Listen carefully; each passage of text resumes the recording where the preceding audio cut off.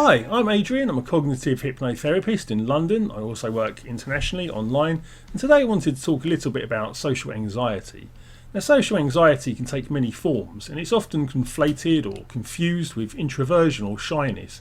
So I hope in this video I can clarify exactly what social anxiety is, how you can begin to overcome it, and why there's nothing wrong with you, even if you do feel that it's stopped you from being yourself in certain social situations. So I hope you find this video useful. He who fears he will suffer already suffers from his fear.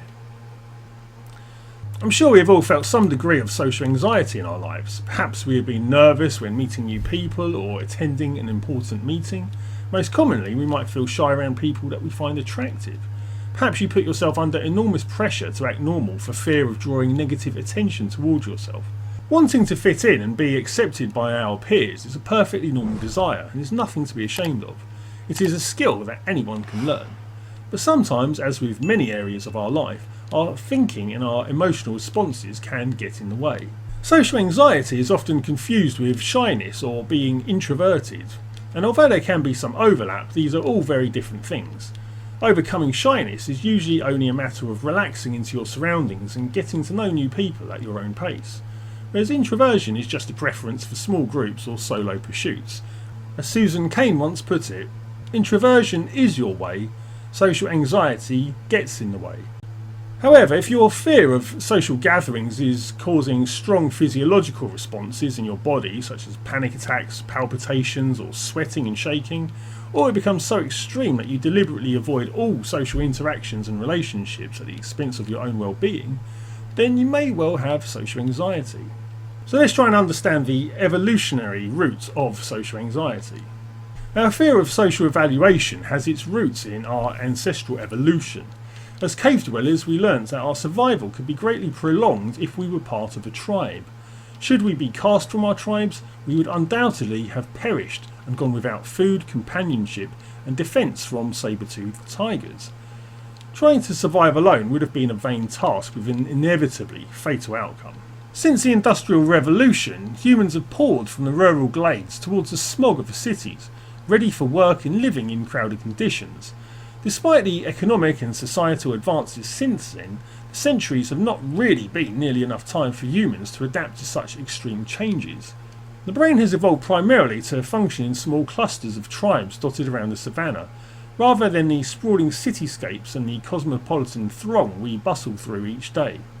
Within our cohort of 200 to 500 tribespeople, we were able to meet the most basic needs of our survival. And although passing on our genes has always been the ultimate drive, this cannot be achieved without first meeting some other fundamental needs, which include avoiding killing predators, eating and cooking the right food, forming communities and friendships, because despite what Maggie Thatcher said, we are actually social creatures and we thrive in societies, giving care to children and the elderly, not just our own but also other people's in the tribe. It was commonly believed that it takes a village to raise a child, which is another great departure from modern attitudes. We also needed our tribes to learn communication, and then finally, selecting a mate. Because societies and their demands have evolved faster than we have been able to adapt, we can begin to see the deeper meaning behind our place in the social sphere, and how it can drive adverse levels of anxiety should we feel unwelcome or excluded.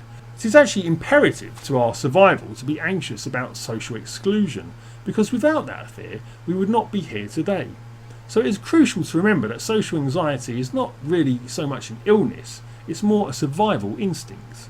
It is understanding this kind of ironically positive intention behind social anxiety that offers us a key to overcoming it. As with many problems related to anxiety or depression, an imbalance between our emotions and our thinking can lead us to cultivate behaviours that may at first seem to protect us, so for example avoiding parties, but gone unchecked they can lead to making the problem even worse, such as withdrawing from social situations and making yourself compounded in your loneliness. Fortunately, social confidence is something that we can all learn, and it is a skill available to everyone. No matter how social anxiety affects you, there is always hope. When we understand this, we can integrate our emotional responses better, meaning that there is no longer a need for social resistance or fear. As Lao Tzu says, "When I let go of what I am, I become what I want to be." As a hypnotherapist, it is quite possible to alleviate conditioned fear reflexes associated with social anxiety so that you have a choice over your responses in otherwise triggering situations. This can be achieved by using hypnosis to separate your body's anxiety response from the imagined threat of social situations. Additionally, a hypnotherapist can use powerful post-hypnotic suggestions that help you feel more relaxed in social situations. If there is an upside to anxiety, it's that it has worked. You are alive and safe and well. Without it, we wouldn't have survived this long. But with the right help, it is time to take back the reins and choose the meaning of the life you are now preparing yourself to live. Society can indeed seem daunting and unfair, but part of the recovery of social anxiety can lay in knowing that you do have a genuine contribution to make to the world.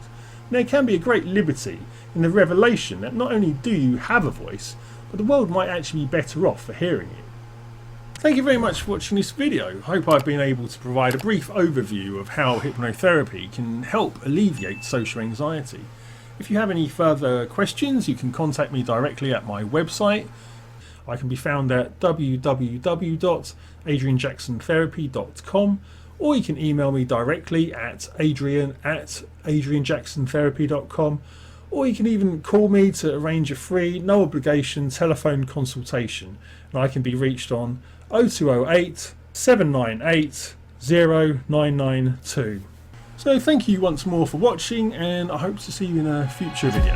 Thank you very much.